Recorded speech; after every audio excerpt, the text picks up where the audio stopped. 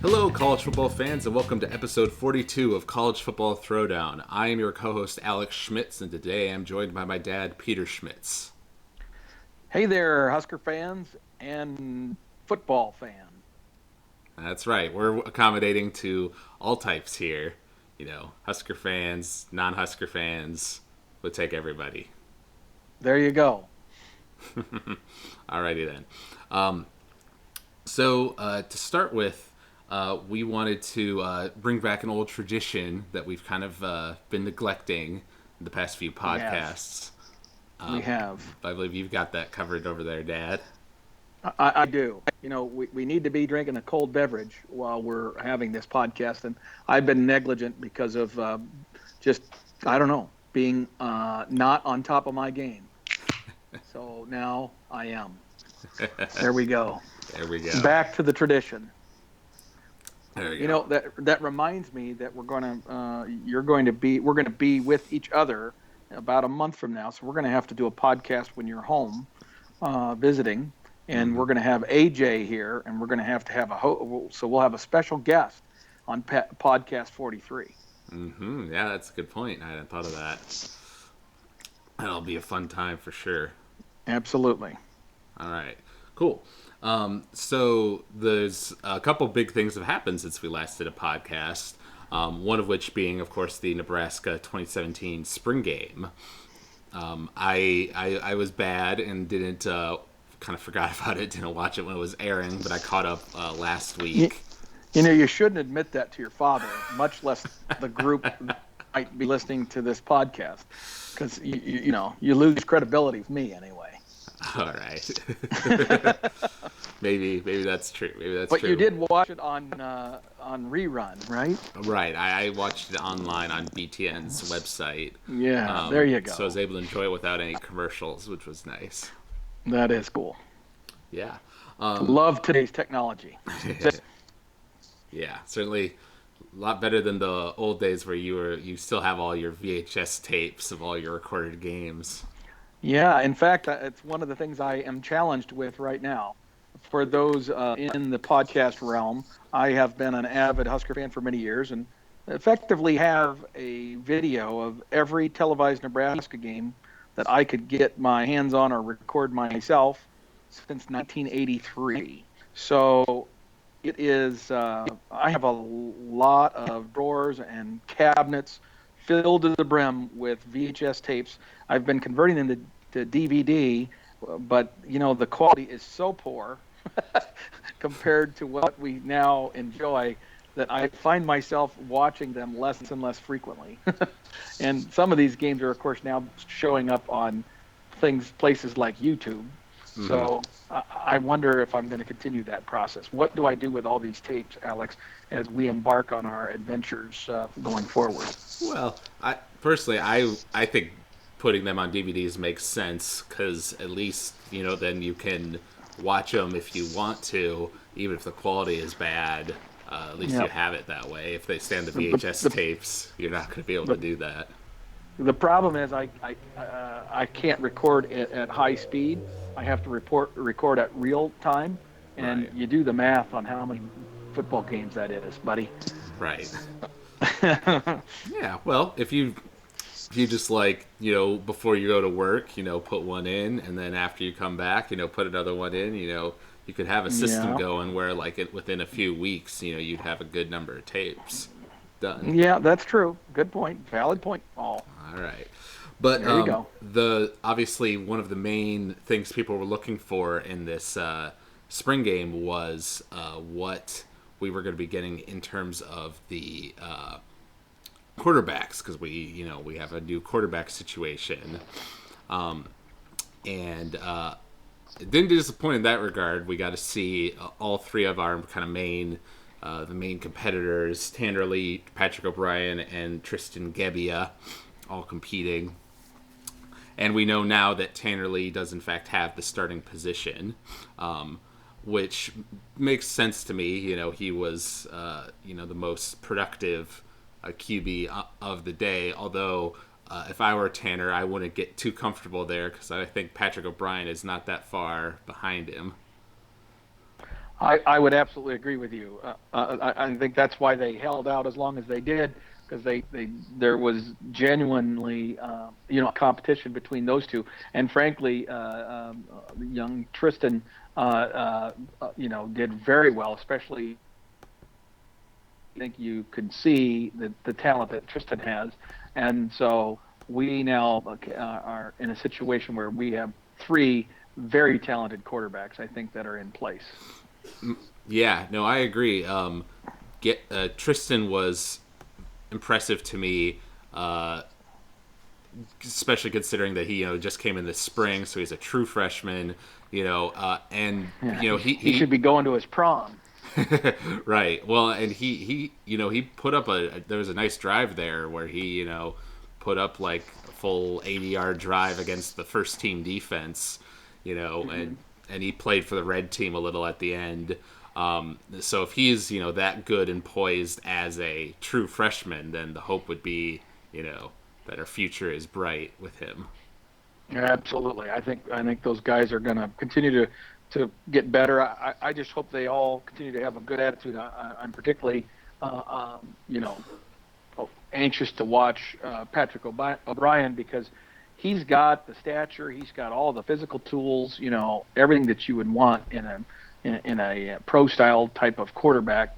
But he's going to have to demonstrate some patience now. He's only a redshirt freshman, so it's not like the guy's been around and he's going to get all anxious. But at the same time, I look at him and recognize that we now have a junior that's been named the starter, and that starter is, if he stays for 2 years, if he stays for both years, that's a bit of an issue, because now Patrick O'Brien is looking at his junior year before he is gonna get a real shot at the starting job, and then by then Tristan will have been in a program for a couple of years as well. He will have been in the weight room and been able to bulk up and get himself physically ready for Division I football, and so there's going to be some competition there. But you know what? You don't come to a place like Nebraska and not expect to have competition. So I hope he takes that kind of attitude and approach and is willing to fight with everybody to win his opportunity. Right. Well, and like I said,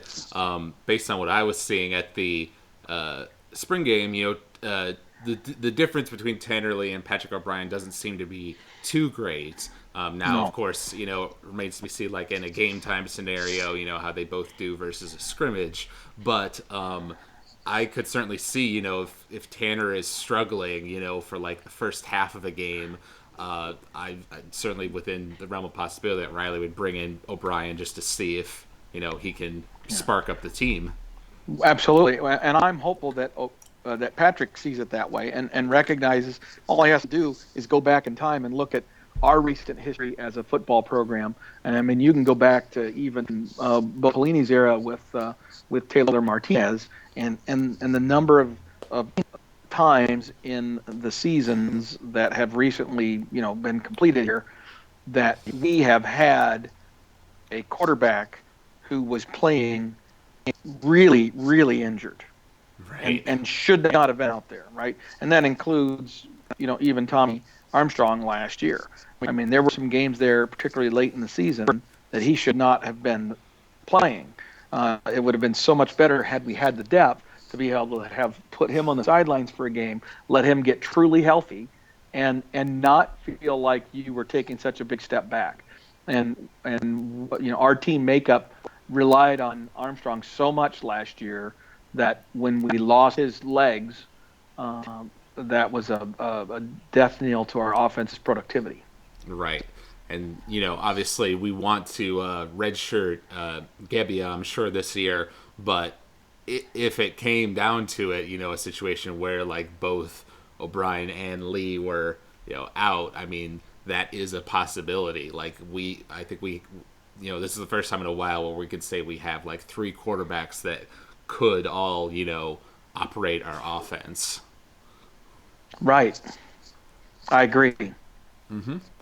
Yeah. So what else stood out to you about the spring game in terms of players?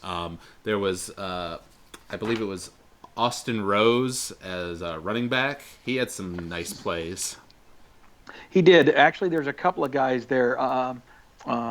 Austin Rose and um, Wyatt, gosh darn it now. Wyatt Mazur.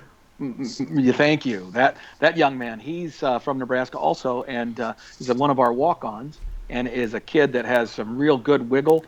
He's built really low to the ground, but he showed some incredible vision, and I expect that he's going to be a guy that will be able to contribute. And then we have our three scholarship players that have that we're kind of already familiar with, and they all did well too. They did okay. Now the problem is there wasn't any one of them that was like, oh my gosh, this guy's going to be a superstar. They all seem to be solid, and so they just need to keep working hard and keep getting better and becoming more complete as running backs. And I think we're going to be in sound shape there. Do we have a massive difference maker? I don't think we do. We don't have a guy that's going to be like able to make yards on his own, like the premier backs of college football and the NFL, of course. But we have some really, really solid players there. Yeah. Well, it was fun too. I didn't realize until I watched the spring game that we're gonna have Amir as a commentator. That was well, fun. he was just doing that. Yeah, he was just doing that. Since it's off season for the Detroit Lions. So. Right. Yeah, that was fun though. Kind of getting his perspective, and of course he would talk up Ozigbo, because he played a lot with him and things of that nature. Right. But that all stood out to me. And then some receivers too. I've got down here Kean Williams and J.D. Spielman. They both had some nice. Absolutely, catches. And both of those guys that have some history there. They're kind of chomping at the bit to prove themselves. The young Williams is I believe the son of one of our assistant coaches, and so he's a guy that maybe some might have questioned whether it was good for us to give that young man a scholarship, but that's the way it goes. When you have a coach's son, you have to do that. That's an NCAA rule. There's circumstances that have to be demonstrated, but bottom line is that that's a scholarship that is shown up to be well worth it. I think he's a guy that will really contribute. And then J.D. Spielman is a guy we've been waiting for. We've been, in his redshirt year, he was, wowing the scout team, and so he's a guy that we've been waiting for, and he certainly showed in the spring game why people are excited about his future. Yeah, I'm trying to remember back. Which quarterback was it? There was one pass that was really beautiful, like probably 30 yard pass, maybe more. It was about 40 into the corner of the end zone. Yep. It was like perfectly thrown, and that was to Spielman, I believe. And that was Tanner Lee. That's an NFL throw right there. He dropped that in the bucket. Yeah. Absolutely. And that's the thing, is that what we saw just in general from our quarterbacks in terms of their decision making, their ability to see the field. Now, again, they were playing against a very vanilla defense. This spring game was designed to be able to show where we're at with our offensive skill talents. I think as we prepare for the real games coming next fall, the challenge we're going to have is that over these coming months, it's very, very important that our quarterbacks obviously continue to mature in their knowledge of the system, because all of them are going to be relatively new. None of them have any real snaps in games other than Tanner Lee, who was a starter at the Division I level for 2 years at Tulane. So he at least has started football games, but not under Riley's system. Right. So there's a lot there that needs to happen. But even more important than their development, because they're coming along well, and I'm confident where they're headed, is that offensive line. Is our offensive line going to be able to protect these young quarterbacks and give them the time to go through the progressions that they want to go through? Because I think they're going to do very well if they're given that time. Mm-hmm. Yeah, well, that was one of the things I was reading on the Husker Max website in terms of like impressions about the spring game, because just looking at our offensive line in terms of seniority and like time, we have a lot of seniors, people coming back from last year. But as we all know, last year we had a lot of issues on the offensive line with them being able to protect Armstrong Right. and all that. So yeah, we definitely need to see some improvement in that regard. See the seniors, kind of step up to the challenge and really step up their game. Yes, and the thing is, we've got a lot of youth in the offensive line as well, Alex, and I think it's going to be important that those younger guys start to emerge because they're actually talented if you believe their press clippings from high school, and so it's now their turn. And so we need those guys to step up and become a unit and actually give us not only a good starting five, but some depth behind them. So again, as the season progresses, we're not having a piecemeal, a skeleton together here and swing people all over the place just to get five guys that can function because we don't have enough depth. I want us to get to the point where we've got 10 legitimate Division One offensive linemen ready to go, and it's just a matter of the competition between the two deciding which one plays. Right. Because when you're in that situation, those other guys, those backups, generally are going to see quite a few snaps just because of the nature of the game. Yeah, and another thing that I liked watching the spring game was that because obviously we know that they're going to be going towards this different offense, more pro style, sit back and pass it kind of offense. But we still ran it a good bit. Kept that pretty balanced, which is something that Riley did last year as well. Maybe leaning a little bit more towards the rushing than the passing, and I think we might see that maybe be 60 passing, 40 rushing. But I think he's trying to keep that balance in there. Oh, absolutely. I mean, he wants to have that guy, but you're also going to see a lot of short check down type passes that are going to go to tight ends and to those running backs. So a lot of the running back yardage, if you will, is going to end up showing up in the passing statistics just because of the nature of his offense. But that's okay, as long as we're effective with it. And ultimately, you're right. We still need to be able to establish a running game. We need to be able to have a control offense so that when we do find ourselves in a good situation where we've got a lead, we can sit on that lead and run out a clock and control a game. And the only way you do that is by having a running game or a short, controlled passing game that really is effective. Right. Yeah, and then in terms of the defense, like you say, there wasn't as much to talk about because they weren't running the 3-4 defense that Diaco is bringing to the table. It was more vanilla, as you said. But there were some interesting things, like the commentators were talking a good bit about how they moved Kalu to safety, and he seemed to be doing rather well there. Right. Well, and he was one of our starters as a corner, and so there is some concern as to whether or not we have enough depth at corner, having moved them. And I think the experiment of moving Kalu to safety, we'll see what happens in the fall, but I think it's going to have to do with the incoming freshmen, and if any of those are going to be able to fill in and fit in some gaps there. But ultimately, they want to make sure they have their best players on the field. And I think that to accomplish that, they felt that moving Kalu to safety was the right thing. They're giving a lot of people chances at safety, that's for sure. The safety has been a turnstile of candidates. So that's obviously a very important position in Diaco's defense, and so he wants to make sure he has his two best guys back there. There's no doubt about it. Mm-hmm. Yeah. So, is there anything else you want to say about the spring game? Anything else that stood out to you? A couple of things. So first, I would say, the whole experience, the ambiance of that event. I gotta say, I love the way Nebraska and their athletic department is embracing that and going forward in our next topic. It's going to become apparent how critical this is going to be, and the fact that we've already kind of got the wheels in motion.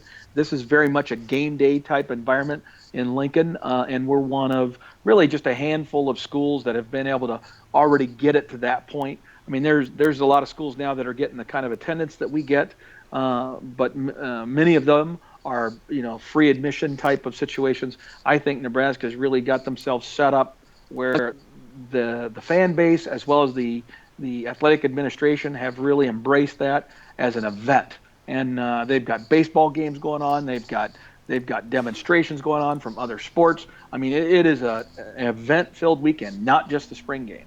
And I love that because it's such a critical tool. We had some upwards of 35 or more recruits on campus for the spring game. And that spring game has become huge for us, and in fact was huge this year in terms of securing effectively three commitments, and there's probably going to be as many as 5 or 6 that will come out of that weekend where guys really solidified their interest and passion for Nebraska at that time. And it's just a matter of timing when they're going to make their announcement because of what they want to do as individual people. But we're in a great position with those players because of the experience they had on that weekend. Right. So just great recognition by Riley, his staff, Eichhorst and his staff, everybody to make that thing happen.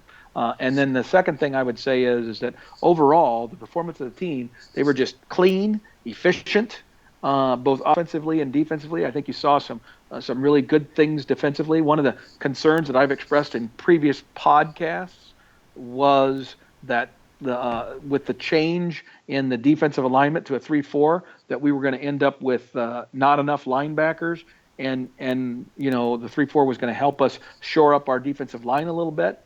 I am less concerned about the linebackers after watching the spring game.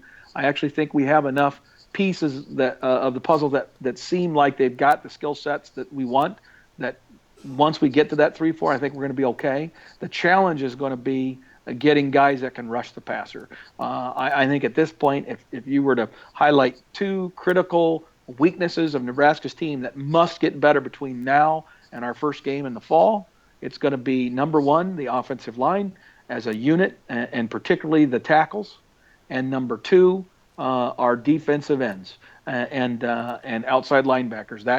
That grouping there, that is going to be the ones that be the primary reason for us to have success in getting heat on a quarterback or not. I don't know that we have difference makers there. I think we have some solid players, but I'm not sure that we have difference makers. And so I'm anxious to see if some of those guys start to emerge and get comfortable in their spots. But it sure seems like we're better than I thought we were. Mm-hmm. So that's the positive of it. Yeah. No, and I agree. Certainly seeing like 80,000 Nebraska fans, showing up for a scrimmage, more or less, has got to incite some confidence in recruits, some excitement. Right. Well, and just the way that they organize it, and so that those kids have such a great weekend. So many of them, again, at this point, those young athletes are paying their own way to get to Lincoln. Oftentimes, many of them brought family members or other significant folks, whether it was a mentor or whatever, with them, so that they could get the taste of it as well. And it sounds, from what I've been able to read and gather from my contact, is they all seem to have been given the absolute red carpet treatment. Their questions were answered. They were treated to a great time, even though it wasn't an official visit. All the information, it was all lined up for them to have a good weekend, very productive, great information. And then, of course, the experience of the spring game is really cool. So you add all that up, and it's an absolutely spectacular weekend. And I believe everyone's going to have to do that going forward. We're just ahead of the game a little bit because we've been doing it now for well beyond a decade. I would say we're pushing 20 years. It goes back to the 1990s, really, that we began to see significant attendance to spring games. Way before anybody else saw it as a popular thing to do, we were already there. And we've just kind of matured it now to another level. Mm-hmm. Well, speaking of those recent changes and looking towards the future of recruiting and things of that nature, as we've talked about on the past podcast, there were some proposals before the NCAA committee in terms of changing some things about official visits and how early signing day could be and things of that nature. And some of those have recently kind of come down from on high. They've made their decisions in the middle of April. And the biggest one, of course, being the one we've talked about before, that you'll be able to start official visits from the beginning of April through the end of June. Is that right? Right, exactly. And that early ability to have players do official visits prior to the end of their junior year opens the door for spring practice visits, obviously, and then the early summer visits, and that is huge for small population areas like Nebraska. So uh, that is the big news um, for Nebraska. Now, nationally, I think most would suggest that the bigger of the decisions that came down, and again, I think these still need to go through one more level of approval, but it has historically been kind of a rubber stamp approval, and that's why everybody's presuming that it's going to happen. But the bigger item is the fact that they've actually created a early signing period, if you will, sometime in December. I don't remember the exact date or timing that they have set up for it, but it's going to be in an early December, before Christmas kind of thing, and it's going to really change the dynamic of the recruiting process because it's going to allow coaches and players to who make their verbal commitments and want to finish the process because they've made their decision. They're going to be able to finalize that, formalize that in that early December timeframe. And then there's going to be a second signing date, as there has always been, in the first Tuesday of February. And that is going to take on a very different flavor now. Because if what I believe is going to happens with this early signing period, the vast majority of players are going to sign at that time. And if you have a commitment prior to that as an institution, and that kid doesn't sign with you in that early December timeframe, you now know he's not really committed to you. He's kind of trying to create a reservation for you. Okay, so it helps separate the real commitments from the not so committed commitments, if you know what I mean.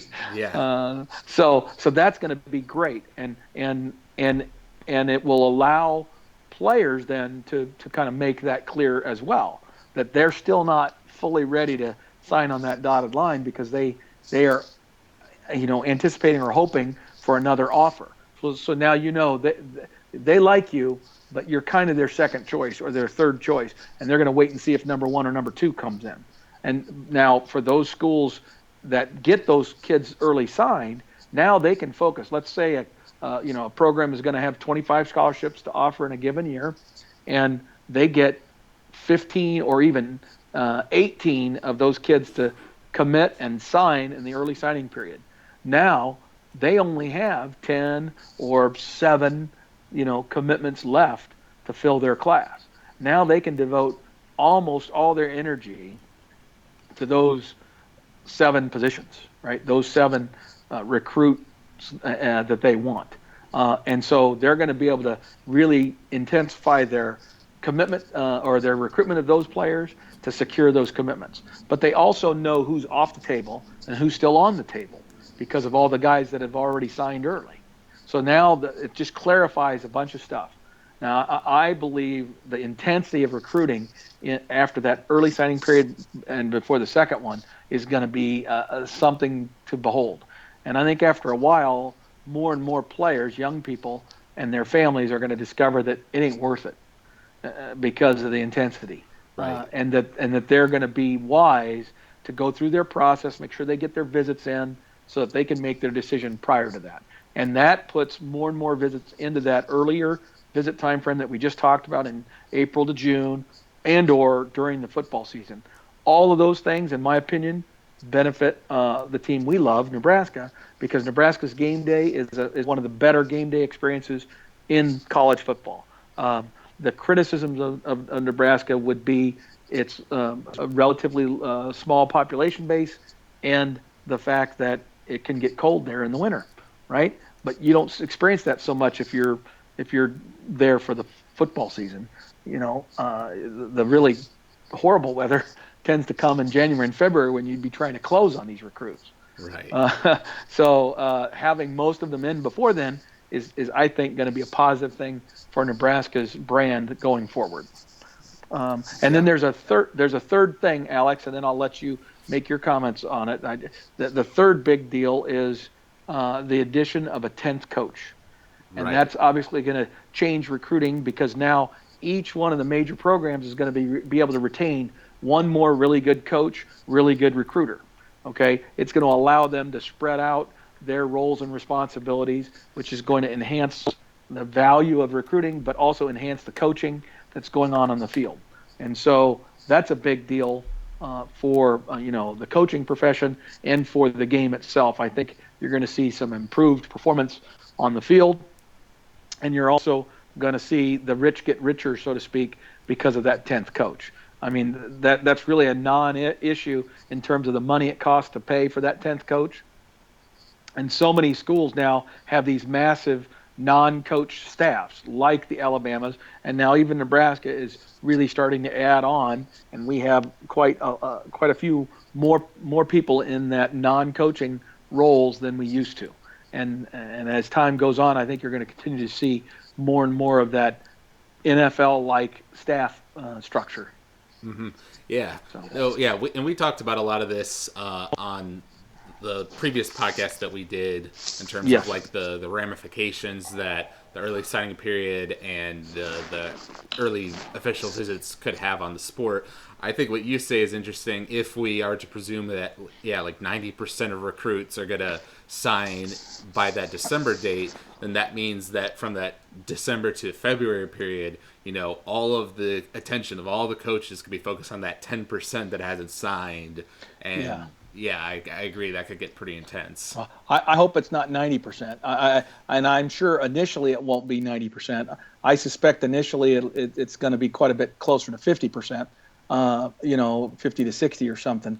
But as a coaching staff, for example, Nebraska sits at, like 8 commitments today. And we've got a relatively small class. We're probably going to be between 15 and 20 recruits. So we're almost halfway there. And based on what, we can perceive from, the various experts in recruiting, it wouldn't surprise me if we were at 12 to 14 of those recruits already committed before the season even begins. And we would hold just a few back, 3 or 4 for those final, guys that are going to want to play it out to the very end. And we'll hang on to those, scholarships so that we can give them to those premier type difference maker athletes that we think we really want and we have a chance at. So, that just allows you to focus so much attention on those few positions you have left. Mm-hmm. Yeah, and I saw the thing about the 10th assistant coach as well. I agree with what you said that could, definitely have an effect on recruiting and coaching in general. You can afford to, have another position available. Right. Another one I thought was interesting was, and correct me if I have this a little messed up, but it was something about like that you can only you have 25 scholarships available, and that they put more limitations on like basically on oversigning, on like how you can offer those 25 scholarships to kids. I don't know. I don't know that. So maybe you can share that with me. Okay. Well, I'll have to pull that up then, find out where I found that. And I saw something also about like a longer summer dead period for recruiting. Seems like, which I think is good to see. We've talked about like coaches having to kind of protect themselves from their own competitiveness. Right. Well, and the other thing with coaches is they not only that will it allow them to kind of have a life, right? But that whole limitation thing is going to give them some time to get themselves healthy, right? I mean, you're starting to read more and more about these guys that are just wearing down. Right. Yeah. Well, yeah. And I like the thing about the scholarships, just from the perspective of, cutting down on what we've talked about, like the oversigning, the gray shirts. That's kind of become a more popular thing in football, but I don't think it's good for long term for the sport, certainly. Right, and I would be curious. I guess I'll have to do some research as well, and we can share that with our podcast listeners if we find that. Yeah, those are some areas that all those programs have an intent purpose, and there's a legitimate reason to have those programs, but there's so much abuse of them where they get kind of skewed into being used to, corner, and store players, or to, kind of provide them a path out the back door so you can replace them. It's all part of that roster management concept. Mm-hmm. Yeah, no, I can definitely see that. I was able to find this article that was talking about these rules from this NCAA committee, and it says here, also bundled in the proposal is the limitation of annual scholarships to 25. This is a move to do away with the oversigning and to reduce the practice of gray shirting. Before, rules limited to 25 the number of prospects allowed to sign from December 1st through May 31st. It says the legislation limits to 25 the number of prospects whose aid is initially offered in the fall term of an academic year. So I based on that description, I still struggle to understand exactly what they changed. But you know what I mean? That's not clear to me, so I'll have to get a little deeper into that. But if it in fact does start to limit teams so that they cannot do the signing 28 or 31 players on a given year because they're pulling people forward and they're gray shirting people backwards and all that kind of stuff, to me that would be a good thing, because it eliminates the ability of the haves to stockpile talent, and it kind of redistributes the wealth a little bit that way, so that more teams are going to have access to some of those top tier athletes that maybe don't quite get in on the first row of the Ohio States and the Alabamas of the world. Mm-hmm. Yeah, it sounds like, I guess before you could offer more than 25 scholarships in that fall period before December, and now they're saying no, you can only offer 25. That's what it sounds like to me. Right, and see, the reason they could do that is because the way it's structured now, you need to be at 85 scholarships on the first day of classes or something along those lines.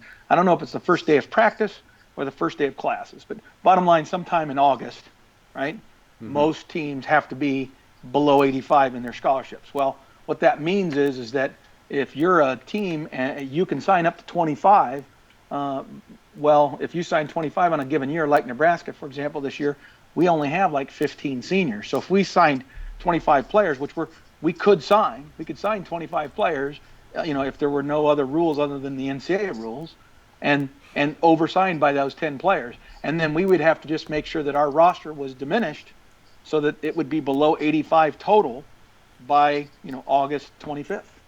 And so you escort some people out, a couple of kids self-delete because they quit or transfer, a few kids get in trouble with the law, and voila, you get there, okay? So you always want to be oversigned by 4 or 5 players, because from the time that February signing date happens to the August 25th date, there's going to be 5 out of those 85 kids that are going to either choose to leave or be forced to leave because they got in trouble academically or with the law. So it's just the nature of our society. So what the well equipped roster management schools do is they make sure that they go into that season of February to August, through the summer, with more than 85 scholarships, knowing that they'll be there at 85. Well, then you have a lot of other schools that have tended to, because of tighter rules with certain conferences like the Big Ten, where most of those schools are below or are right at 85 or just a few below that to begin with, and then as the season's attrition or the summer's attrition occurs, most of those teams are going to start their new football season in August with 80 instead of 85 scholarships. And that doesn't sound like much, but when you think about it, 5 extra scholarship viable athletes, that's a big deal. Mm-hmm. That can be a very big deal on a particular team. And so what ends up happening is some of those scholarships end up getting consumed by senior walk-ons and things of that nature. But still, if you're going to maximize your team in this day and age, you want to roster management that so that you don't have any scholarships left, that you're right at 85. So anyway, Right. that's the premise. Right. And based on what I understand, it's, even Nebraska, and teams will oversign a little bit, accounting for Yep. that normal attrition as you referred to it. But the trick is that, the Alabamas and the roster management teams of the world are oversigning by 9 scholarships, and then really finding, when there's some who get weeded out just because of transferring or trouble with the law or whatever, then the others they have to find more creative ways to get them down to 85. Right. And, the SEC has done some things to try to curtail that within their conference, but they still have not gone as aggressive as some of the other leagues like the Big Ten and the Pac-12 have done. And so you'd like to see the NCAA kind of implement something that was maybe a little bit more stringent and across the board, so that all the conferences were kind of forced to follow that rule, so that you didn't have this roster management thing occurring where guys are being asked to basically give up their eligibility for the betterment of the team because they're not good enough. And that's what's happening at the end of the day. I mean, you can give it any name you want. You can call it this, that, or the other thing. You can call it injury. You can call it whatever. But the reality is that's what's happening. Mm-hmm. Yep. All right. Is there anything else you wanted to talk about today? Nope, not today. And so, but we can look forward to having another podcast here in about for next month, and we'll have to make that one really special because it'll be live right here from Traverse City, Michigan. That's right, and with our special guest, Uncle AJ. That's right, absolutely. Brother AJ. All right, very cool. So, if you all out there enjoyed this podcast, you can find us on footballthrowdown.podomatic.com. You can also find us on iTunes. If you search for College Football Throwdown, you can leave us ratings and reviews on there. You can comment on the Podomatic page. We just like hearing from our fans and all that good stuff. So with that teaser for next time, we will... something I would say, Alex, is that something I've just recently learned about iTunes is that really want to encourage anybody that does listen to this podcast, go ahead and give us a rating. Take just a couple of minutes, and it doesn't take long through iTunes to give us a rating, and that actually helps move us up the list of podcasts within a given category like sports, so that more and more people would see it. So the more people that give us reviews, the more likely we are to be able to be seen by others who might not know about us. So sure do appreciate anybody taking the time to give us a review on iTunes or Podomatic, because that's how those applications rank their various podcasts. Mm-hmm. Yep. Got to game those algorithms. That's right. All right. Well, thank you all out there for listening, college football fans, and until next time, go Big Red. Go Big Red.